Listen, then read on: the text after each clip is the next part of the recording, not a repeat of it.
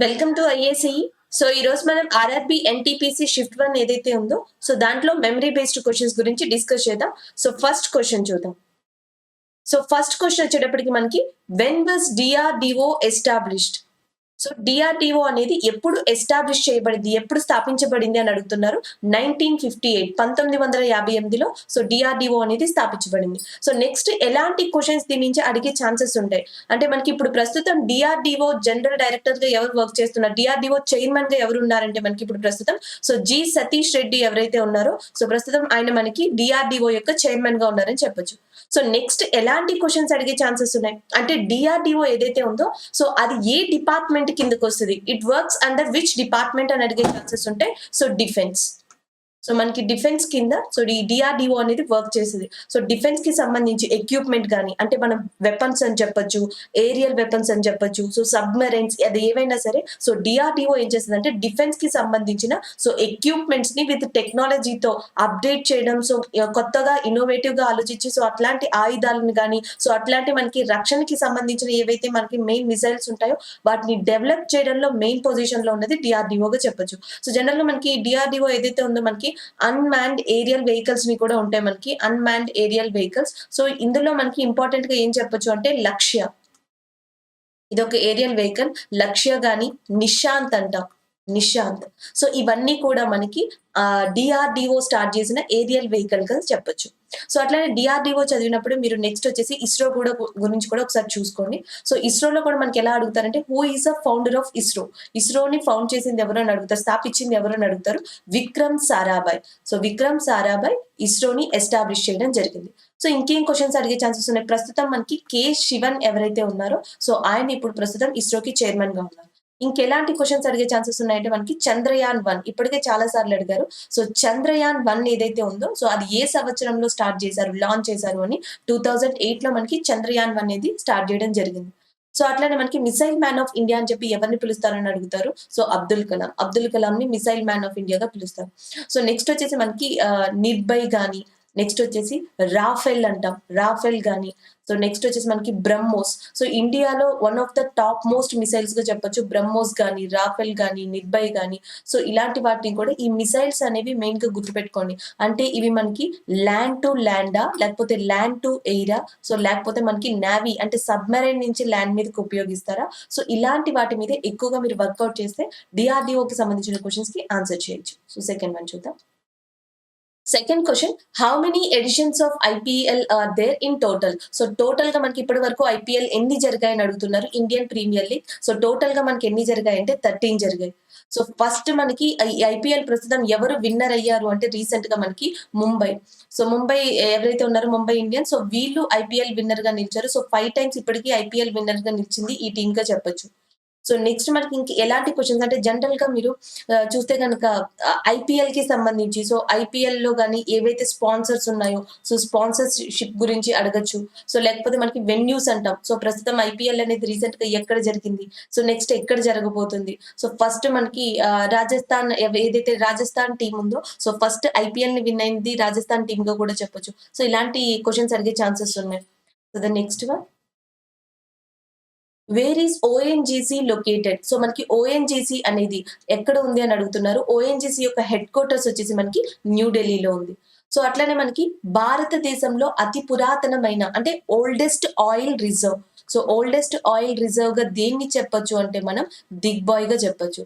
So Digboi అనేది మనకి ఎక్కడ ఉంది అంటే it is in Assam area. So ఇంకా నెక్స్ట్ వచ్చేసి మనకి అతిపెద్ద లార్జెస్ట్ ఆయిల్ రిజర్వ్ ఏది? సో లార్జెస్ట్ ఆయిల్ రిజర్వ్ మనకి ఇప్పుడు ప్రస్తుతం లార్జెస్ట్ ఆయిల్ రిజర్వ్ ఇండియాలో ఎక్కడ ఉందంటే జామ్ నగర్ లో ఉంది. So jam Nagar is located in which state అని అడిగితే గుజరాత్ గా గుర్తుపెట్టుకోండి. సో అట్లానే జామ్ నగర్ ఏమని పిలుస్తారంటే city of oil reserves. So city of oil reserves అని చెప్పేసి మనం జామ్ నగర్ ని పిలుస్తాం which is located in Gujarat area. So general గా మనకి మహారత్నాస్ ఏవైతే ఉన్నాయో దాని మీద ఒక్కొక్కటిగా అడుగుతున్నారు. సో ఓఎన్జీసీ అడగచ్చు, ఓఎన్జీసీ విదేశ్ లిమిటెడ్ అడగచ్చు. సో లేకపోతే లాస్ట్ టైం మనకి లాస్ట్ షిఫ్ట్ లో బిహెచ్ఈఎల్ సో మనకి భారత్ హెవీ ఎలక్ట్రానిక్స్ లిమిటెడ్ ఏదైతే ఉందో దీని యొక్క డెఫినేషన్ అడిగారు, అబ్రివేషన్ అడిగారు. నెక్స్ట్ మనకి ప్రీవియస్ షిఫ్ట్ అంటే ఫేజ్ 1 లో సెయిల్ ఉంది, steel authority of India limited. Steel authority of India limited head quarters ఎక్కడ ఉందని అడిగారు. దాని హెడ్ క్వార్టర్స్ కూడా మనకి ఎక్కడ ఉందంటే న్యూఢిల్లీలో ఉంది. అసలు టోటల్ గా మనకి మహారత్నాస్ అంటాం.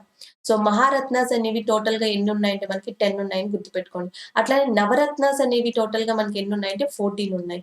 సో ఇలాంటివి అడుగుతారు. ఎందుకంటే ఇప్పుడు ప్రస్తుతం యూనియన్ బడ్జెట్ ఏదైతే ఉందో, సో ఈ యూనియన్ బడ్జెట్ లో మనకి మహారత్నాస్ అనే ఏవైతే కంపెనీస్ ఉన్నాయో సో వాటి గురించి డిస్కస్ చేయడం జరిగింది. సో వీటిని ఎక్కువగా గుర్తుపెట్టుకోండి. So the next one.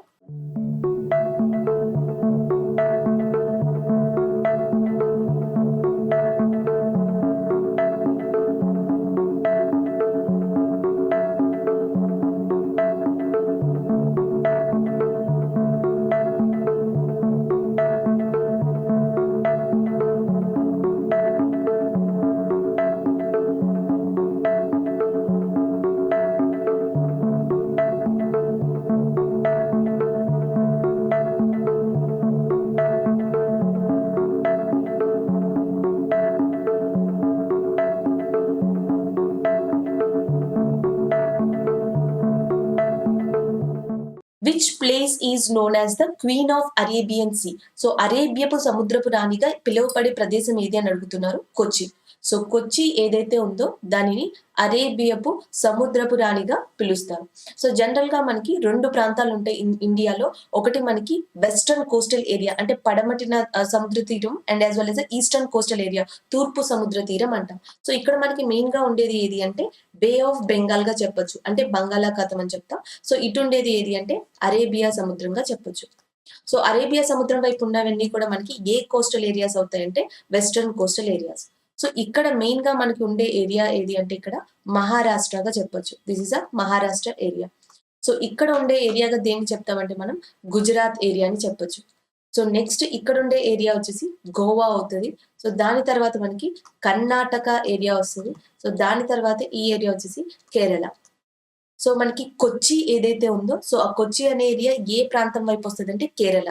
So అట్లానే కేరళలో ఉన్న సముద్ర తీర ప్రాంతాన్ని ఏమని పిలుస్తారు అని అడిగితే మనకి సో మల్బార్ ప్రాంతం. కేరళ ఉన్న సముద్ర తీర ప్రాంతాన్ని మల్బార్ ప్రాంతం అని పిలుస్తారు. సో అట్లనే మనకి నెక్స్ట్ వచ్చేసి మహారాష్ట్ర, ఎస్పెషల్లీ ముంబై ఏదైతే ఉందో సో ముంబై నుంచి గోవా వరకు ఏదైతే ఏరియా ఉందో సో దానిని ఏ తీరం అని పిలుస్తారంటే కోంకన్ తీరం అని పిలుస్తారు. సో కోంకన్ తీరం అని చెప్పి దేన్ని పిలుస్తారు అంటే మనకి Maharashtra, especially Mumbai to Goa area. So Gujarat ఏరియాని ఏమని పిలుస్తారు అంటే కచ్ అండ్ కతియావార్ ఏరియా అని పిలుస్తారు. సో ఒక్కొక్కసారి మనకి ఈ కోస్టల్ ఏరియాస్ పేర్లు కూడా అడిగే ఆన్సర్స్ ఛాన్సెస్ ఉన్నాయి. సో ఇక్కడ ఇంపార్టెంట్ గా ఏం గుర్తుపెట్టుకుంటామంటే మనం ఇంపార్టెంట్ గా సో ఆల్రెడీ అరేబియపు సముద్ర రాణిగా పిలువబడే ప్రదేశం వచ్చేసి కొచ్చి. అట్లనే మనకి ముంబైలో ఇంపార్టెంట్ అండ్ మహారాష్ట్రలో ఇంపార్టెంట్ పోర్ట్ అంటే ఓడరేవ్ గా దేన్ని చెప్తామంటే మనం ముంబైని చెప్తాం. సో ముంబైని ఏమని పిలుస్తారంటే king of Arabian sea. So king of Arabian sea port wise గా చూస్తే అంటే సముద్ర తీర ప్రాంతంలో ఓడరేవ్ ఏదైతే ఉందో ఓడరేవుల్లో ఎస్పెషల్లీ ముంబైని ఏమని పిలుస్తారు అంటే కింగ్ ఆఫ్ అరేబియన్ సీగా కూడా పిలవచ్చు. సో వీటిలో కేరళ మల్బార్ అయితే ఇక్కడున్న తమిళనాడుని ఏమని పిలుస్తారు అంటే కోరమండల్ అని చెప్పి పిలుస్తారు తమిళనాడు ఏరియా. సో ఇవి మనకి ఇంపార్టెంట్ ఏరియాస్ గా చెప్పొచ్చు. అట్లానే భారతదేశంలో సముద్ర తీర ప్రాంతాలు ఎన్ని అంటే టోటల్ గా అంటే స్టేట్స్ చూసుకుంటే రాష్ట్రాలు ఎన్ని అంటే 9 రాష్ట్రాలుగా చెప్పొచ్చు. వీటిలో అతిపెద్ద సముద్ర తీర రేఖని కలిగి ఉన్న ప్రదేశం ఏది అంటే మనం గుజరాత్ ఏరియాగా చెప్పొచ్చు. సో గుజరాత్ కి లాంగెస్ట్ కోస్టల్ లైన్ ఉందని కూడా ఇంపార్టెంట్ గా గుర్తుపెట్టుకోవాల్సి ఉంటుంది. So next one.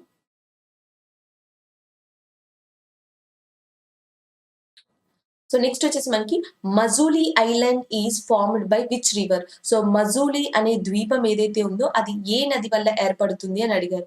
So already దీన్ని మనం చాలా సార్లు డిస్కస్ చేసి ఉన్నాం. సో జనరల్ గా మనకి నార్త్ ఈస్ట్ ఇండియాలో ఇక్కడ మనకి ఉన్న మెయిన్ స్టేట్ ఏది అంటే అరుణాచల్ ప్రదేశ్ గా చెప్పొచ్చు. సో దీని తర్వాత మనకి మెయిన్ గా ఉన్న స్టేట్ ఏది అంటే అస్సాం గా చెప్పొచ్చు. సో అరుణాచల్ ప్రదేశ్ కి అస్సాం కి మధ్యలో ప్రవహించే నదిగా దేన్ని చెప్తాము అంటే బ్రహ్మపుత్ర నది అంటాం. సో బ్రహ్మపుత్ర నది వాస్తవానికి ఎక్కడ ఆరిజినేట్ అయింది అంటే మనకి టిబెట్ ప్రాంతంలో ఆరిజినేట్ అయింది. సో దాని తర్వాత అరుణాచల్ ప్రదేశ్ లోకి, దాని తర్వాత అస్సాంలోకి, దాని తర్వాత బంగ్లాదేశ్ లోకి, దాని తర్వాత బే ఆఫ్ బెంగాల్ లోకి వెళ్తుంది. సో ఈ అస్సాం ప్రాంతంలో ఎస్పెషల్లీ ఈ అస్సాం ప్రాంతంలో ఇది క్రియేట్ చేసే ఐలాండ్ ని రివరిన్ ఐలాండ్ ని ఏమని పిలుస్తాము అంటే మజూలీ ఐలాండ్ అని పిలుస్తాం. దీని యొక్క స్పెషాలిటీ ఏంటంటే భారతదేశంలో అతి పెద్ద నది ద్వీపం రివరిన్ ఐలాండ్ ఏది అంటే మనకి దాన్ని మజూలీగా చెప్పొచ్చు. ఇంకొక ఇంపార్టెంట్ ఏంటంటే మనకి మజూలీ ఫెస్టివల్ కూడా జరుగుతది. సో, అది కూడా ఎక్కడ జరుగుతదంటే అస్సాం ఏరియాలో జరుగుతుందని గుర్తుపెట్టుకోవచ్చు. సో, అట్లనే ఇంకొక ఇంపార్టెంట్ థింగ్ ఏంటంటే మనకిక్కడ సో, ఇక్కడి నుంచి మనకి బ్రహ్మపుత్ర అనేది సో, వెస్ట్ బెంగాల్ నుంచి ఏ నదొస్తదంటే గంగా. సో, గంగా, బ్రహ్మపుత్ర కూడా ఎక్కడ కలుసుకుంటాయంటే బంగ్లాదేశ్‌లో కలుసుకుంటాయి. సో, ఇది ఇంపార్టెంట్‌గా చెప్పొచ్చు. ఇంకొకటి ఈ టిబెట్ ప్రాంతంలో ఎస్పెషల్లీ ఈ ప్రాంతంలో బ్రహ్మపుత్ర రివర్‌ని ఏమని పిలుస్తారు అంటే సాంగ్ పో అని పిలుస్తారు. It is known as a Tsangpo. T అనేది సైలెంట్. అదే గనుక చైనా లాంటి ప్రాంతాల్లో బ్రహ్మపుత్ర రివర్‌ని ఏమని పిలుస్తారంటే యార్లింగ్ జాంగ్బో అని పిలుస్తారు. యార్లింగ్ జాంగ్బో. సో, యార్లింగ్ జాంగ్బో అన్నా, సాంగ్‌పో అన్నా, బ్రహ్మపుత్ర అన్నా, జమున అన్నా, జమున అన్నా ఇవన్నీ కూడా దాని యొక్క పేర్లుగా మనం గుర్తుపెట్టుకోవచ్చు. సో, ఇది మనకి మజూలీకి and as well as Brahmaputra రివర్‌కి సంబంధించిందిగా చెప్పొచ్చు. సో, ద నెక్స్ట్ వన్ చూద్దాం. Which missile deserves its name from the Brahmaputra and Moscow rivers in India and Russia? So ఇక్కడ ఏమని అడుగుతున్నారంటే ఇండియాకి సంబంధించి బ్రహ్మపుత్ర. సో నెక్స్ట్ వచ్చేసి మనకి రష్యాకి సంబంధించిన మాస్కో రివర్ అంటున్నారు. సో ఇక్కడ ఈ రెండిటి కాంబినేషన్ నుంచి వచ్చిన మిసైల్ ని మనం ఏం చెప్తామంటే బ్రహ్మోస్ మిసైల్ అంట. సో బ్రహ్మోస్ మిసైల్ అనేది వేటి యొక్క కాంబినేషన్ అంటే ఇండియా రష్యా యొక్క కాంబినేషన్ గా చెప్పొచ్చు. So Brahmaputra and Moscow reverse నుంచి తీసుకున్నది. సో నెక్స్ట్ అట్లానే మనకి ఇండియాకి ఫ్రాన్స్ కి సంబంధం ఉన్న ఇంకొక ఇంపార్టెంట్ డిఫెన్స్ డీల్ ఏది అంటే దాన్ని రాఫెల్ గా గుర్తుపెట్టుకోవచ్చు. సో రాఫెల్ అనేది డఫెల్ సంస్థ ఏదైతే ఉందో డాఫెల్ సంస్థ ఫ్రాన్స్ లో సో అది క్రియేట్ చేయడం జరిగింది. సో ఇప్పుడు ఇండియా దీన్ని డెవలప్ చేసింది. ఇండియాలో ఈ రాఫెల్ అనేది మనకి డెవలప్ చేయడం కూడా జరిగింది. సో రాఫెల్ అనేది మనం ఏ కంట్రీ నుంచి తీసుకున్నాం, ఏ కంట్రీ టెక్నాలజీ నుంచి డెవలప్ చేసాము అంటే అది ఫ్రాన్స్ గా గుర్తుపెట్టుకోవాల్సి ఉంటుంది. So the next one. What is the full form of PDF? PDF యొక్క ఫుల్ ఫార్మ్ ఏంటి అని అడుగుతున్నారు. Portable document of format. So portable document of format అనేది పీడిఎఫ్ యొక్క ఫుల్ ఫార్మ్ గా చెప్పొచ్చు. Next one. Who was the first president of Indian National Congress? భారత జాతీయ కాంగ్రెస్ కి మొదటి అధ్యక్షుడిగా ఎవరు ఉన్నారు అని అడిగారు. విమేష్ చంద్ర బెనర్జీ. సో విమేష్ చంద్ర బెనర్జీ ఎవరైతే ఉన్నారో ఈయన 1885 లో 1885లో సో ఐఎన్సీకి అధ్యక్షుడిగా వహించడం జరిగింది. సో అది ఎక్కడ జరిగింది అంటే బొంబాయి నగరంలో జరిగింది. సో ఫస్ట్ టైం ఐఎన్సీ అధ్యక్షత అక్కడ జరిగింది. ఐఎన్సీ సమావేశం. నెక్స్ట్ ఇంకొకటి ఐఎన్సీని ఎవరు క్రియేట్ చేశారు అంటే మనకి ఏవో హ్యూమ్. సో అట్లనే మనకి విమేష్ చంద్ర బెనర్జీ 2 సార్లు ఐఎన్సీకి అధ్యక్షత వహించారు. ఒకటి 1885 బొంబాయిలో అయితే ఇంకొకటి 1892 ఆ ప్రాంతంలో మనకి అలహాబాద్ ఏరియాలో. సో ఆ ఏరియాలో మనకి ఈయన ఐఎన్సీకి అధ్యక్షత వహించడం జరిగింది. సో ఐఎన్సీ అండ్ అధ్యక్షత అనేది ఇక్కడ మనకి మెయిన్ థీమ్ అయిపోయింది. సో జనరల్ గా ఎలాంటి క్వశ్చన్స్ అడుగుతారంటే మనకి నార్మల్ గా సో 1885 వచ్చేసి మనకి ఎవరు చెప్తున్నామంటే విమేష్ చంద్ర బెనర్జీ చెప్తున్నాం. సో 1886 రెండోసారి ఎవరు అంటే మనకి దాదాబాయి నౌరోజీ. సో దాదాబాయి నౌరోజీని ఏమని పిలుస్తారు అంటే grand old man of India అని కూడా పిలుస్తారు. సో నెక్స్ట్ వచ్చేసి మనకి థర్డ్ పర్సన్ అంటే 1887 లో సో ఫస్ట్ ముస్లిం ఐఎన్సీ ప్రెసిడెంట్ గా ఉన్నది ఎవరు అంటే మనకి బబ్రుద్దీన్ త్యాబ్జీ. సో బబ్రుద్దీన్ త్యాబ్జీ ఎవరైతే ఉన్నారో సో ఆయన ఫస్ట్ ముస్లిం ప్రెసిడెంట్ గా కూడా చెప్పొచ్చు. సో నెక్స్ట్ వచ్చేసి మనకి 1888 ఆ ప్రాంతంలో మనకి నెక్స్ట్ ఫస్ట్ ఇంగ్లీష్ పర్సన్ గా సో ఐఎన్సీకి అధ్యక్షత వహించింది ఎవరు అంటే జార్జ్ యూలే. సో జార్జ్ యూలే మొట్టమొదటి ఇంగ్లీష్ పర్సన్ అని చెప్పొచ్చు ఐఎన్సీకి అధ్యక్షత వహించడం. సో అట్లానే 1928లో ఎవరు అంటే మనకి మోతీలాల్ నెహ్రూగా చెప్పొచ్చు. సో 1929లో ఎవరు అధ్యక్షత వహించారు అంటే మనకి జవహర్ లాల్ నెహ్రూగా చెప్పొచ్చు. సో అలాగే మీకు 1924 ఆల్రెడీ తెలుసు ఎవరు అంటే గాంధీ. అండ్ 1925 ఎవరు అంటే మనకి సరోజినీ నాయుడు. సో అట్లానే మనకి 1916లో అనిబీ సెంట్ ఎవరైతే ఉంటారో హోమ్ రూల్ ఉద్యమాన్ని స్థాపించడం జరిగింది. హోమ్ రూల్ ఉద్యమాన్ని ముందుకు తీసుకెళ్లడం జరిగింది. సో దాని తర్వాత ఆమె అరెస్ట్ కావడం కూడా జరిగింది. 1917లో ఐఎన్సీకి అధ్యక్షత వహించిన మొట్టమొదటి మహిళగా ఎవరిని చెప్తాము అంటే మనం అనిబీ సెంట్ ని చెప్పడం జరుగుతుంది.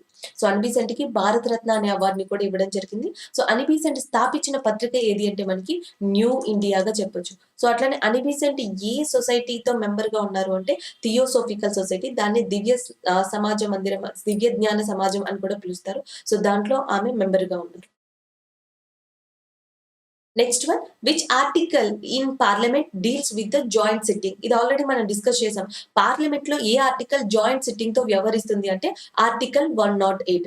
సో జనరల్ గా మనం భారతదేశంలో ఏదైనా చట్టాలు చెయ్యాలి అంటే యాక్ట్స్ ని చెయ్యాలి అంటే సో ఆ ప్రొసీజర్ ఏంటి అంటే మనకి పార్లమెంట్ ఎలా స్టార్ట్ అవుతుంది అంటే in the form of bill. So bill రూపంలో స్టార్ట్ అవుతుంది అని చెప్పొచ్చు. సో ఇది కూడా ఎట్లా అంటే మనకి పార్లమెంట్‌లో 2 సభలుంటాయి. ఒకటి లోక్‌సభ అంటాం. రెండోదొచ్చేసి మనకి రాజ్యసభ అంటాం.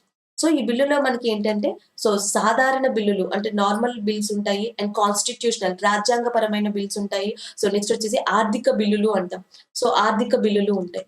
మాక్సిమం అన్ని అధికారాలు కూడా అంటే ఒక చట్టాన్ని రూపొందించడానికి ఏవైతే బిల్లులు ప్రవేశపెడుతున్నామో లోక్‌సభలో గాని, రాజ్యసభలో గాని వాటికి సమానమైన హక్కులుంటాయి. సమానమైన రైట్స్ ఉంటాయి. లోక్‌సభ, రాజ్యసభ. కానీ దేంట్లో డిఫరెన్స్ వస్తదంటే ఆర్థిక బిల్లులో మాత్రం ఏవైతే ఆర్థిక బిల్లులు ప్రవేశపెడతారో ఆర్థిక బిల్లుల్లో పై ఆధిక్యత ఎక్కువ పవర్ ఎవరికుంటదంటే అల్టిమేటమ్ పవర్ అది లోక్‌సభకుంటదని చెప్పొచ్చు. నెక్స్ట్ సపోజ్ లోక్‌సభ అనేది ఒక బిల్‌ని పాస్ చేస్తే దాన్ని తిరిగి రాజ్యసభకి పంపడం జరుగుతది. రాజ్యసభలో కూడా ఆ బిల్లుని ఆమోదిస్తే దానిని ఎవరికి పంపుతారు అంటే ప్రెసిడెంట్ ఆఫ్ ఇండియా రాష్ట్రపతికి పంపుతారు. రాష్ట్రపతి గనుక ఆ బిల్ మీద సైన్ చేస్తే ఆయన ఆ బిల్‌ని గనుక అంగీకరిస్తే ఆ bill become as a act. ఆ బిల్లు ఎలా మారుతదంటే చట్టంగా మారుతది. అమెండ్మెంట్ బిల్లు అనేది అమెండ్మెంట్ యాక్ట్‌గా మారుతది. సవరణ బిల్లు సవరణ చట్టంగా మారుతది. ఇది ప్రొసీజర్. అయితే లోక్‌సభ ఒక బిల్‌ని ప్రవేశపెట్టి దాన్ని రాజ్యసభకి పాస్ చేసిన తర్వాత అంటే certain notice period for example 14 days అనుకుందాం. ఒక సర్టెయిన్ నోటీస్ పీరియడ్ తర్వాత కూడా అంటే 14 రోజుల లోపు కూడా రాజ్యసభ నుంచి ఏ రెస్పాన్స్ లేకపోతే అప్పుడు రాష్ట్రపతి ఎవరిని జాయింట్ సిట్టింగ్‌కి పిలవచ్చు అంటే లోక్‌సభ, రాజ్యసభని జాయింట్ సిట్టింగ్‌కి పిలవచ్చు. ఏ ఆర్టికల్ ద్వారా ఈయనకి అధికారం ఉందంటే ఆర్టికల్ 108. ఇప్పటి వరకు మనకి డౌరీ బిల్ అంటాం. అంటే వరకట్నానికి సంబంధించిన బిల్లు ఒకటి. నెక్స్ట్ బ్యాంకింగ్ రిఫార్మ్స్ ఏదైతే ఉందో బ్యాంకింగ్ రిఫార్మ్స్ ఒకటి. వీటి గురించి అండ్ పోటా యాక్ట్ అంటున్నాం. Prevention of terrorism act. ఈ 3 యాక్ట్స్ గురించి కూడా లోక్‌సభని, రాజ్యసభని జాయింట్ సిట్టింగ్ కి అండర్ ఆర్టికల్ 108 పిలిచి ఉన్నారు. జాయింట్ సిట్టింగ్ వచ్చినప్పుడు ఏంటంటే లోక్‌సభకి సాధారణంగా అధ్యక్షత వహించేది ఎవరు అంటే మనం స్పీకర్ గా చెప్తాం. అట్లనే రాజ్యసభకి అధ్యక్షత వహించేది ఎవరు అంటే మనకి chairman. Rajya Sabha chairman nothing but vice president of India రాష్ట్రపతి.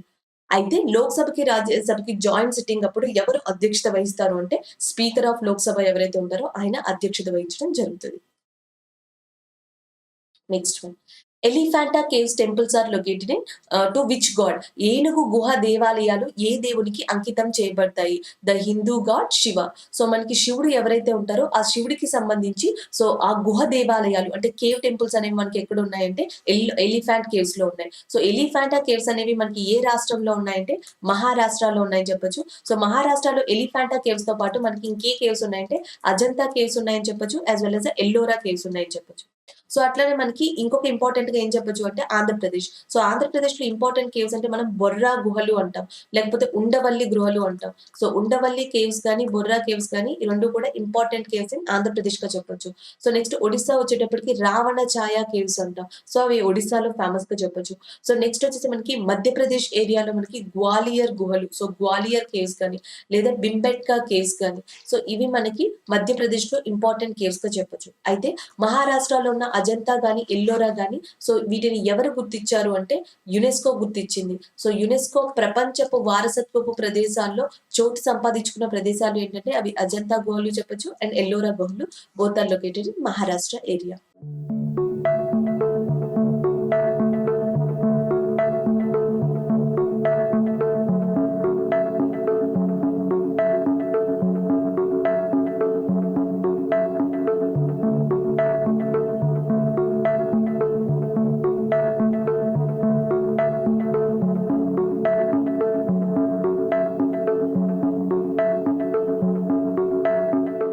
Next one.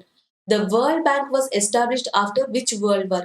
ఏ ప్రపంచ యుద్ధం తర్వాత ప్రపంచ బ్యాంకు స్థాపించబడింది అని అడుగుతున్నారు. World war 2. మన క్లాసెస్ లో చాలా సార్లు ఇది మనం డిస్కస్ చేసాం. జనరల్ గా ఏంటంటే మనకి నేను ఆల్రెడీ చెప్పాను మీకు ఫస్ట్ వరల్డ్ వార్ అంటే మొదటి ప్రపంచ యుద్ధం ఏదైతే ఉందో మొదటి ప్రపంచ యుద్ధం తర్వాత మనకి లీగ్ ఆఫ్ నేషన్స్ అనే దాన్ని స్థాపించారు. ప్రపంచాల మధ్య ఒక స్నేహభావాన్ని పెంపొందించడానికి, ప్రాబ్లమ్స్ ని రిజాల్వ్ చేయడానికి మొట్టమొదటి ప్రపంచ యుద్ధం తర్వాత మనకి స్థాపించబడింది లీగ్ ఆఫ్ నేషన్స్. రెండవ ప్రపంచ యుద్ధం ఏదైతే ఉందో దాదాపుగా మనకి 1939 నుంచి 1945 1939 నుంచి 1945 మధ్యలో మనకి రెండవ ప్రపంచ యుద్ధం ముగిసిందని చెప్పొచ్చు. ఆ రెండవ ప్రపంచ యుద్ధం తర్వాత మనకి ఏర్పడిన సంస్థలు ఏవి అంటే ఒకటి వచ్చేసి మనం ఇంటర్నేషనల్ మానిటరీ ఫండ్ అంతర్జాతీయ ద్రవ్య నిధి అని చెప్తాం. ఇంకొకటి యునైటెడ్ నేషన్స్ యుఎన్ఓ అంటాం, ఐక్యరాజ్య సమితి ఏర్పడింది. ఇంకొకటి వచ్చేసి మనకి వరల్డ్ బ్యాంక్ అంటున్నాం. World bank. ఈ 3 కూడా మనకి ప్రపంచ యుద్ధం 2 తర్వాతే ఏర్పడిన అంతర్జాతీయ అంతర్జాతీయ సంస్థలుగా చెప్పొచ్చు మనం. Next one, where is the మనకి Mollem national park. So Mollem national park ఎక్కడ ఉంది అని అడుగుతున్నారు. It is located in Goa area. So general గా ఆల్రెడీ నేను చెప్పాను చాలా సార్లు మిమ్మల్ని నేషనల్ పార్క్స్ ఎక్కువగా గుర్తు పెట్టుకోమని. సో ఫర్ ఎగ్జాంపుల్ మహారాష్ట్ర అంటే గుజరాత్ ఏరియా ఏదైతే ఉంటుందో, సో గుజరాత్ ఏరియాలో మనకి బ్లాక్ బక్ నేషనల్ పార్క్ ఉంది. కృష్ణ జింక అంటాం. So black buck national park అనేది మనకి గుజరాత్ ఏరియాలో ఉంది. మహారాష్ట్రకి వచ్చేటప్పటికి మనకి Sanjeev Gandhi, so Sanjeev Gandhi national park ఏదైతే ఉందో అది మహారాష్ట్రలో ఉంది. దీని మీద కూడా క్వశ్చన్ అడగడం ఆల్రెడీ అడిగారు. ఫేజ్ 1 ఆర్ ఫేజ్ 2లో అనుకుంటా. సంజీవ్ గాంధీ నేషనల్ పార్క్ లో మనకి ఒక white tiger, last white captive tiger చనిపోయింది. దాని పేరు ఏంటి అని అడిగారు. సో దాని పేరు వచ్చేసి మనకి బాజీరావుగా చెప్పొచ్చు. సో దీని గురించి అడగడం జరిగింది. నెక్స్ట్ అట్లానే మనకి మహారాష్ట్ర తర్వాత గోవాలో మనకి భగవాన్ మహావీర్ గాని లేకపోతే మోలెం నేషనల్ పార్క్స్ కానీ ఇంపార్టెంట్ గా చెప్పొచ్చు. కర్ణాటక వచ్చేటప్పటికి మనకి బాందీపూర్, సో బాందీపూర్ గాని లేకపోతే బన్నేర్ ఘట్ గాని, సో ఇవి ఇక్కడ ఇంపార్టెంట్ నేషనల్ పార్క్స్ గా చెప్పొచ్చు. సో కేరళ వచ్చేటప్పటికి మనకి సైలెంట్ వ్యాలీ నేషనల్ పార్క్ ఏదైతే ఉందో కేరళలో ఇంపార్టెంట్ గా చెప్పొచ్చు. సైలెంట్ వ్యాలీ ఏమో కశ్మీర్ లో ఉంది, సైలెంట్ వ్యాలీ నేషనల్ పార్క్ మనకి కేరళలో ఉందని చెప్పొచ్చు. యాక్చువల్ గా మనకి నీలగిరి మౌంటైన్స్ అంటాం. సో నీలగిరి మౌంటైన్స్ కి ఇటువైపు వచ్చేసి మనకి Mudumalai national park, so Mudumalai national park గాని గిండి నేషనల్ పార్క్ గాని సో మనకి ఈస్ట్ సైడ్ ఉన్నాయి నీలగిరికి. సో నీలగిరికి వెస్ట్ సైడ్ ఉన్నది ఏది అంటే సైలెంట్ వ్యాలీ నేషనల్ పార్క్ అని చెప్పొచ్చు. ఇది కేరళలో ఉంటే ఈ రెండు కూడా మనకి తమిళనాడు ఏరియాలో ఉన్నాయని చెప్పొచ్చు. నెక్స్ట్ వన్, నెక్స్ట్ వచ్చేసి how many moons does Mars have. So మనకి మార్స్ ఏదైతే ఉందో అంగారక గ్రహానికి ఎన్ని మూన్స్ ఉంటాయని అడిగారు. 2, ఒకటి ఫోబోస్ అంట, రెండోది వచ్చేసి డీమోస్ అంట. సో జనరల్ గా మనకి గ్రహాలు అనేవి ఎన్ని ఉన్నాయి అని అడుగుతారు. సో టోటల్ గా గ్రహాలు 8 ఉన్నాయి. ఒరిజినల్ గా ఎన్ని ఉండేవి అంటే 9 ఉండేవి. సో దేన్ని తీసేశారు అంటే ప్లూటోని తీసేశారు. సో ఎవరు తీసేశారంటే ఇంటర్నేషనల్ ఆస్ట్రానమికల్ యూనిట్ అనేది ప్లూటోని గ్రహాల లిస్ట్ నుంచి తీసేయడం జరిగింది, ప్లానెట్స్ లిస్ట్ నుంచి. అయితే సో మనకి మొదటి 4 గ్రహాల్లో ఫస్ట్ వచ్చేసి మెర్క్యూరీ అంటాం. సో మెర్క్యూరీ ఏదైతే ఉందో సో దానికి ఉన్న ఉపగ్రహాలు శాటిలైట్స్ ఎన్ని అంటే 0గా చెప్తాం. సో నెక్స్ట్ వచ్చేసి వీనస్ కు ఉన్న ఉపగ్రహాలు 0. నెక్స్ట్ వచ్చేసి మార్స్ అంటున్నాం అంటే మనకి అంగారకుడికి ఉన్నవి 2. సో నెక్స్ట్ వచ్చేసి అర్త్, సో అర్త్ కున్నవి ఎన్ని అంటే 1గా చెప్పొచ్చు. సో ఈ 4 గ్రహాలని కూడా మనం ఏమని పిలవచ్చు అంటే ప్రైమరీ ప్లానెట్స్ అని పిలవచ్చు, లేదా టెరిస్ట్రియల్ ప్లానెట్స్ అని కూడా పిలవచ్చు. Next one, how many permanent and non permanent members are there in the UN security council. So మనకి యుఎన్ భద్రతా మండలి ఏదైతే ఉందో సో దాంట్లో మొత్తం సభ్యుల సంఖ్య 15. సో దీంట్లో మనకి శాశ్వత సభ్యులు ఎంతమంది అంటే 5గురుగా చెప్పొచ్చు, అశాశ్వత సభ్యులు ఎంతమంది అంటే 10 మందిగా చెప్పొచ్చు. ఈ శాశ్వత సభ్యుల్లో కూడా మనకి ఎవరు ఉన్నారంటే యుఎస్ ఉంది, యూకే ఉంది, ఫ్రాన్స్ ఉంది, రష్యా ఉంది, చైనా ఉంది. సో టోటల్ గా ఈ 5గురు కూడా యుఎన్ సెక్యూరిటీ మండలి ఏదైతే ఉందో దాంట్లో శాశ్వత సభ్యులుగా చెప్పొచ్చు. ఆల్రెడీ నిన్న మనకి షిఫ్ట్ లో ఒక క్వశ్చన్ ఏంటంటే యుఎన్ లో టోటల్ అంగాలు ఎన్ని అంటే ఆర్గాన్స్ ఎన్ని అని అడిగారు, 6. సో దాంట్లో ఒకటిగా మనం యుఎన్ సెక్యూరిటీ కౌన్సిల్ ని చెప్పొచ్చు. సో ఇప్పుడు ఏవైతే 10 మంది అశాశ్వత సభ్యులు ఉన్నారో సో దీంట్లో ప్రస్తుతం ఇండియా ఏదైతే ఉందో సో ఇండియాకి కూడా మెంబర్షిప్ ఉందని చెప్పొచ్చు. సో నెక్స్ట్ వచ్చేసి where is the villi located. So villi అనేది ఎక్కడ ఉంటుంది అని అడిగారు. స్మాల్ ఇంటెస్టైన్, సో చిన్న ప్రేగ్ ఏదైతే ఉంటుందో సో దాంట్లో విల్లీ అనే పార్ట్ లొకేట్ అయి ఉంటుంది. So the next one, who founded the Vikramashila university. Vikramashila అనే విశ్వవిద్యాలయాన్ని స్థాపించింది ఎవరు అని అడుగుతున్నారు. ధర్మపాల. సో అట్లానే నలంద యూనివర్సిటీని స్థాపించింది ఎవరు అంటే మనకి కుమారగుప్త. ప్రస్తుతం అది ఎక్కడ ఉందంటే మనకి బీహార్ ఏరియాలో ఉందని చెప్పొచ్చు. అట్లానే తక్షశిల యూనివర్సిటీ ఏదైతే ఉందో ప్రస్తుతం అది ఎక్కడ ఉంది అంటే మనకి పాకిస్తాన్ లో ఉందని చెప్పొచ్చు. Next one, where was the Gautama Buddha Born. So Gautama Buddha ఎక్కడ పుట్టారని అడుగుతున్నారు. లుంబిని, నేపాల్. సో బుద్ధుడి పుట్టుకకి కారణమైన మెయిన్ సింబల్ ఏంటి అని అడుగుతారు. లోటస్, అదే తామర పువ్వు అని చెప్తాం. సో బుద్ధుడు ఇంటి నుంచి వెళ్ళిపోయినప్పుడు దాని యొక్క గుర్తు ఏంటి అని అడుగుతారు. హార్స్. సో హార్స్ పేరేంటి, బుద్ధుడి యొక్క గుర్రం పేరు ఏంటి అంటే మనకి కంటకాగా చెప్పొచ్చు. సో అట్లానే బుద్ధుడు దేని కింద జ్ఞానోదయం పొందాడు అంటే రావి చెట్టు. సో ఆయనకి జ్ఞానోదయానికి సింబల్ గా మనం దేన్ని చెప్తాము అంటే రావి చెట్టు అని చెప్తాం. సో బుద్ధుడు ఎక్కడ చనిపోయాడు అంటే బీహార్ లో ఉన్న కుశీనగర ఏదైతే ఉందో అక్కడ చనిపోవడం జరిగింది. సో బుద్ధుడి చనిపోయినప్పుడు దాని యొక్క సింబల్ ఏంటి అని అడుగుతారు. స్తూప. సో స్తూప ఏదైతే ఉందో మనకి సో దీనిని మనం సింబల్ ఆఫ్ డెత్ ఆఫ్ బుద్ధాగా కూడా చెప్పొచ్చు. సో బుద్ధుడి యొక్క బుక్స్ ఏవైతే ఉంటాయి బుద్ధిజం బుక్స్ ఏమని పిలుస్తామంటే త్రిపీటకాస్ అని పిలుస్తాం, త్రిపీటకాలు అని పిలుస్తాం. Next one question related to Indian constitution. So మనకి ఎలాంటి క్వశ్చన్స్ అడిగి ఉండొచ్చు అంటే కాన్స్టిట్యూషన్ కి సంబంధించి. సో రాజ్యాంగం అనేది మనకి రాయడం ఎప్పుడు కంప్లీట్ అయిపోయిందంటే నవంబర్ 26 సో 1949 కి కంప్లీట్ అయిపోయింది. సో నవంబర్ 26 ని మనం ఎలా జరుపుకుంటున్నాం అంటే కాన్స్టిట్యూషనల్ డే కింద సెలబ్రేట్ చేసుకుంటున్నాం. అంటే మనకి రాజ్యాంగ దినోత్సవం లేదా కాన్స్టిట్యూషనల్ డే ఎప్పుడు అంటే నవంబర్ 26. సో కాన్స్టిట్యూషన్ రిలేటెడ్ కాబట్టి దీని గురించి మాట్లాడుతున్నాం. సో అట్లనే మనకి రాజ్యాంగంలో అంటే రాజ్యాంగాన్ని రాయడానికి ఏదైతే అసెంబ్లీని క్రియేట్ చేశారో కాన్స్టిట్యూషన్ అసెంబ్లీ అంటున్నాం. సో కాన్స్టిట్యూషన్ అసెంబ్లీకి అధ్యక్షుడిగా వ్యవహరించింది ఎవరు అంటే డాక్టర్ బాబు రాజేంద్ర ప్రసాద్ గా చెప్పొచ్చు. సో రాజేంద్ర ప్రసాద్ ఎవరైతే ఉన్నారో ఆయన అధ్యక్షత వహించడం జరిగింది. సో నెక్స్ట్ హెచ్ఎన్ ముఖర్జీ ఎవరైతే ఉన్నారో సో ఆయన వైస్ ప్రెసిడెంట్ గా అధ్యక్షత వహించడం జరిగింది. సో నెక్స్ట్ మనకి బిఎన్ రావు అంటాం, బెనగల్ రావు. సో కాన్స్టిట్యూషన్ అసెంబ్లీ సలహాదారుగా ఉన్నది ఎవరు అంటే బెనగల్ రావుగా చెప్పొచ్చు. సో నెక్స్ట్ అసలు కాన్స్టిట్యూషన్ ని రాసింది ఎవరు అంటే ప్రేమ్ బిహారీ నారాయణ్ రాయ్జాద్. సో ప్రేమ్ బిహారీ నారాయణ్ రాయ్జాద్ ఎవరైతే ఉన్నారో సో ఆయన కాన్స్టిట్యూషన్ ని రాయడం జరిగింది. సో కాన్స్టిట్యూషన్ రాయడానికి పట్టిన సమయం ఎంత అంటే 2 years 11 months 18 days గా చెప్పొచ్చు. సో అట్లానే మనకి ఏదైతే రిపబ్లిక్ డే ఉందో జాన్ 26 1950 నుంచి రాజ్యాంగం అమల్లోకి వచ్చిందని కూడా చెప్తారు. సో అట్లనే ఒరిజినల్ గా మనకి ఎన్ని ఆర్టికల్స్ ఉన్నాయంటే 395 ఆర్టికల్స్ ఉన్నాయని చెప్తారు. సో అట్లనే ఒరిజినల్ గా ఎన్ని పార్ట్స్ అంటే సో 22 పార్ట్స్, ఎన్ని షెడ్యూల్స్ అంటే 8 షెడ్యూల్స్ అని చెప్పొచ్చు. నెక్స్ట్ సో నేపాల్ కి రీసెంట్ గా మనకి 2015 ఆ టైంలో నేపాల్ యొక్క నేషనల్ యానిమల్ గా కౌని ప్రకటించారు. సో అట్లా ఇండియా యొక్క నేషనల్ యానిమల్ ఏదంటే టైగర్. సో దాన్ని పాంథ్రియా టైగ్రిస్ అని కూడా పిలుస్తున్నాం. Next one who are the main leaders of 1857 revolt. So first మొట్టమొదటిగా మనకి ఎవరి దగ్గర నుంచి స్టార్ట్ అయింది అంటే మంగల్ పాండే దగ్గర నుంచి ఈ పోరాటం అసలు బీజం పడింది అక్కడి నుంచి అని చెప్పొచ్చు.